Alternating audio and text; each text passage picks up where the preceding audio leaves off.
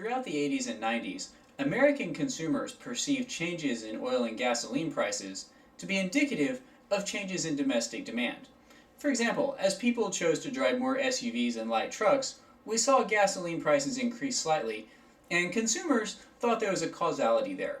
They thought that American domestic demand was driving the small-scale increases in oil and gasoline prices.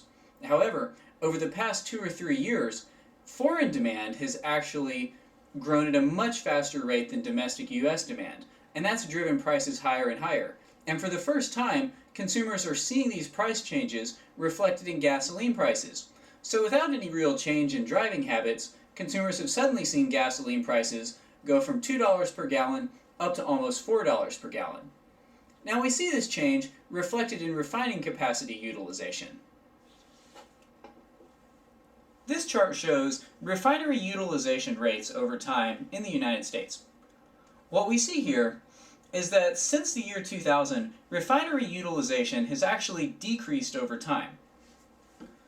And this is very surprising because in times of high oil and gas prices, you would expect refineries to run at as high a capacity as possible so that producers could sell as much of their product as they could. However, we haven't seen this. And this actually tells us something really profound about the American energy industry. America hasn't had a new oil refinery become operational in over 30 years. So our refinery base is aging and unable to operate at full capacity, even when gasoline prices are as high as they are right now. There's one other factor that directly influences the price of gasoline, and that's the federal tax that you pay for each gallon of gas you buy. Now, right now, this tax is set at 18.4 cents a gallon, and this chart shows us what percentage of the price per gallon this tax makes up. So as you can see, in the mid-90s, the federal tax was between 20 and 25% of a gallon of gas. But since the tax has stayed the same and the price of gas has increased, that tax is only 5 or 6% of the price you pay per gallon now. This lack of capacity in refineries helps to explain why end-of-month oil stocks aren't necessarily predictive of future gasoline prices.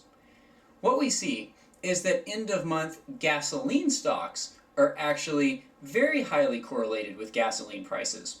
So what really matters is how much gasoline makes it to market, not how much oil makes it to the refinery. Let's look at a few regional charts to see how different regions react when their stocks of gasoline rise or fall. On the East Coast, end-of-month gasoline stocks and gas prices have a correlation of negative 0.89. Now this is a very strong correlation, and it means that when gasoline stocks drop, gasoline prices rise. This is all fairly intuitive. Probably the best example occurs after Hurricane Katrina, when gasoline stocks plummeted and we saw an immediate spike in gasoline prices. We see a similar phenomenon happening in other regions as well. In the Midwest, the correlation isn't quite as strong, but we still see that when gasoline stocks drop, gasoline prices rise. We see similar correlations in the Gulf Coast states, as well as states in the Pacific region. What this means is that refineries aren't able to meet American demand even when we have substantial oil stocks. So what we see when gas prices increase is the combined effect of rising oil prices with a continued decline in the ability for America's refining infrastructure to meet its increasing gasoline demand. We've seen a dramatic increase in gas prices in the United States, but it's also important to look at other developed countries. Let's take a look at a few of those and see what's happened to gasoline prices there.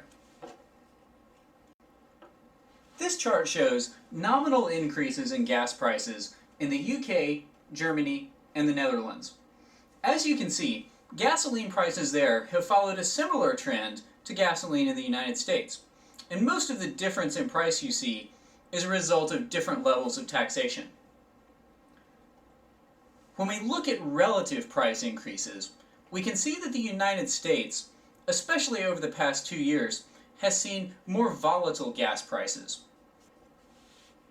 This chart of relative price increases is actually very interesting. In our last discussion, we talked about how depreciation had impacted the price of oil. And what this shows us is that the actual purchasing power of a dollar has changed less than depreciation might indicate. We've seen similar trends in price increases, but because the dollar has been steadily depreciating, the magnitude of price increases in the United States has outpaced that of developed European countries. A lot of people blame the dollar's continued depreciation on the Federal Reserve's program of interest rate cuts. Since last fall, the Federal Reserve has been decreasing interest rates to try to mitigate the effects of the subprime mortgage meltdown. However, it's too simplistic to blame the dollar's depreciation solely on the Federal Reserve. If we look at a chart of the Federal Reserve prime rate versus the price of gasoline, we see a weak correlation. And this is consistent because we would expect the depreciation we've seen to be the result of many more macroeconomic factors besides simply the Federal Reserve's rate-cutting program. Now, don't get me wrong, the Federal Reserve has definitely contributed to the depreciation of the dollar, but it isn't solely at fault. Now that we've seen some of the factors that influence the price of gasoline, we can try to predict where it may go in the future.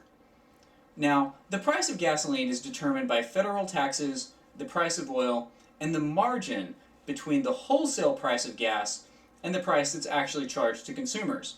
That's the part that the gas station makes money on, is the spread between the wholesale price and the pump price. And one of the interesting things I've learned is that consumers have been shielded from some of the increase in oil prices because gas station owners have been passing on less margin from the wholesale price of oil to the pump price. So let's look at a chart to see how this has changed over time. Since October 1993, when the federal tax on gasoline increased to 18.4 cents per gallon, the margin between wholesale prices of gasoline and the price paid by consumers at the pump has actually decreased by a substantial margin. In 1993, the margin stood at almost 14%, and today, consumers are paying only a 4% premium over the wholesale price of gas. Now, in some ways, this isn't surprising, because gasoline station owners, the people who make money off of this spread, actually need to charge less of a margin to make the same amount of money. However, it's still important to note that consumers have been partially shielded from oil prices by this decrease in margin.